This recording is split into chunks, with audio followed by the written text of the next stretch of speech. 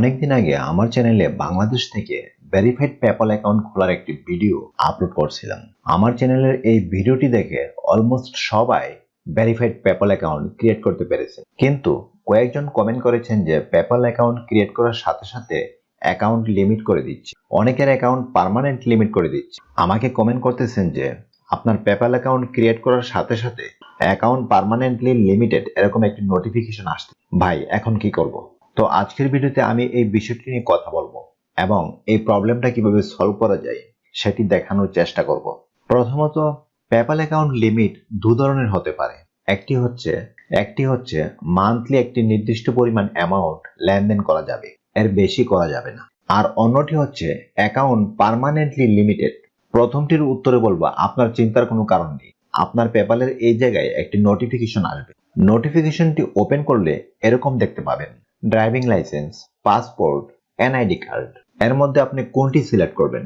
আসলে আপনি পেপ্যাল অ্যাকাউন্টটি ক্রিয়েট করার সময় যে ডকুমেন্টসের ইনফরমেশন দিয়েছিলেন সেটি এখানে সিলেক্ট করতে হবে।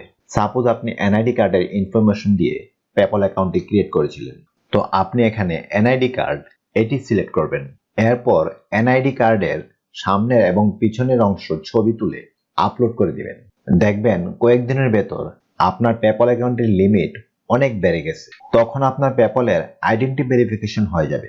কিছুদিনের ভেতর আপনার পেপ্যাল অ্যাকাউন্টের লিমিট তারা অনেক বাড়িয়ে দিবে, প্রায় $1000 মান্থলি লেনদেন করতে পারবেন।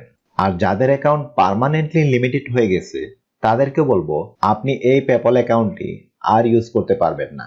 তাদের নোটিফিকেশনটি ঠিক এরকম আসবে: you cannot use PayPal anymore. আমরা যদি এখানে ইনবক্সটি চেক করি, দেখুন your account access is permanently limited. এই অ্যাকাউন্টটি আর কোনোভাবেই ইউজ করতে পারবেন না। তো এখন আপনি কি করবেন? চিন্তার কোনো কারণ নেই, আপনি নতুন অ্যাকাউন্ট ক্রিয়েট করবেন। তবে নতুন অ্যাকাউন্ট ক্রিয়েট করার সময় কিছু জিনিস অবশ্যই ফলো করতে হবে, তা না হলে আপনার অ্যাকাউন্টটি আবারও পার্মানেন্টলি লিমিট হয়ে যেতে পারে। আমি যেভাবে বলবো ঠিক সেভাবে করবেন। চলুন আগে জেনে নেই পেপ্যাল অ্যাকাউন্ট কেন পার্মানেন্টলি লিমিটেড হয়ে যায়। 1. আপনি পেপ্যাল অ্যাকাউন্টে যে মোবাইল নাম্বার এবং এনআইডি কার্ডের ইনফরমেশন দিয়েছেন, এই একই ইনফরমেশন দিয়ে যদি পূর্বে কোনো পেপ্যাল অ্যাকাউন্ট ক্রিয়েট করে থাকেন তাহলে আপনার অ্যাকাউন্ট পার্মানেন্টলি লিমিট হয়ে যেতে পারে। তখন পেপ্যালের অ্যালগরিদম বুঝে যাবে যে আপনি একই ব্যক্তি দুটি অ্যাকাউন্ট ক্রিয়েট করতেছেন, কারণ তাদের টার্মস এন্ড কন্ডিশনে বলা আছে যে একই ব্যক্তি দুটি পেপ্যাল অ্যাকাউন্ট ইউজ করতে পারবে না। 2.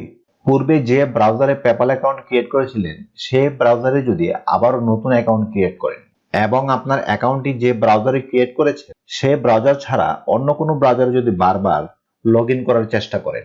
3. নতুন অ্যাকাউন্ট ক্রিয়েট করার সময় অবশ্যই ইমেল অ্যাড্রেস চেঞ্জ করতে হবে। 4. আইপি চেঞ্জ করতে হবে। প্রথমে যে মোবাইলটি দিয়ে অ্যাকাউন্ট ক্রিয়েট করেছিলেন, নতুন অ্যাকাউন্ট ক্রিয়েট করার সময় অন্য মোবাইল দিয়ে করবেন।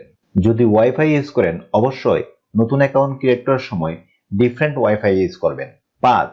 অবৈধভাবে মান্থলি বেশি টাকা লেনদেন করলে আপনার অ্যাকাউন্ট পার্মানেন্টলি লিমিট হয়ে যেতে পারে। যাদের অ্যাকাউন্ট পার্মানেন্ট লিমিট হয়ে গেছে কিছু ভুলের জন্য, চিন্তার কোনো কারণ নেই, আমরা আবারও নতুন অ্যাকাউন্ট খুলব। আপনি যদি এই 5টি বিষয় ফলো করে নতুন অ্যাকাউন্ট ক্রিয়েট করেন, আমি গ্যারান্টি দিচ্ছি আপনার অ্যাকাউন্ট পার্মানেন্ট লিমিটেড এই প্রবলেমটি হবে না। ভাই, আমি সাইপ্রাসের পেপ্যাল অ্যাকাউন্ট ইউজ করি সেই 2015 সাল থেকে। আজও পর্যন্ত আমার অ্যাকাউন্টে কোনো প্রকার প্রবলেম হয়নি। আমার অ্যাকাউন্টটি আইডি কার্ড দিয়ে ভেরিফিকেশন করছি। আপনি পেপ্যাল অ্যাকাউন্ট খোলার পর এমনিতে আইডি কার্ড দিয়ে ভেরিফিকেশন করার কোনো অপশন নেই। নতুন অ্যাকাউন্ট খোলার পর কয়েকটা ছোট ছোট ট্রানজ্যাকশন করলেই এনআইডি কার্ড ভেরিফিকেশনের জন্য নোটিফিকেশন আসবে। তখন এনআইডি কার্ড আপলোড করে অ্যাকাউন্টটি ভেরিফাই করে নেবেন। সবাই ভালো থাকবেন। পরবর্তী ভিডিও দেখার আমন্ত্রণ জানিয়ে আজকের মতো বিদায়।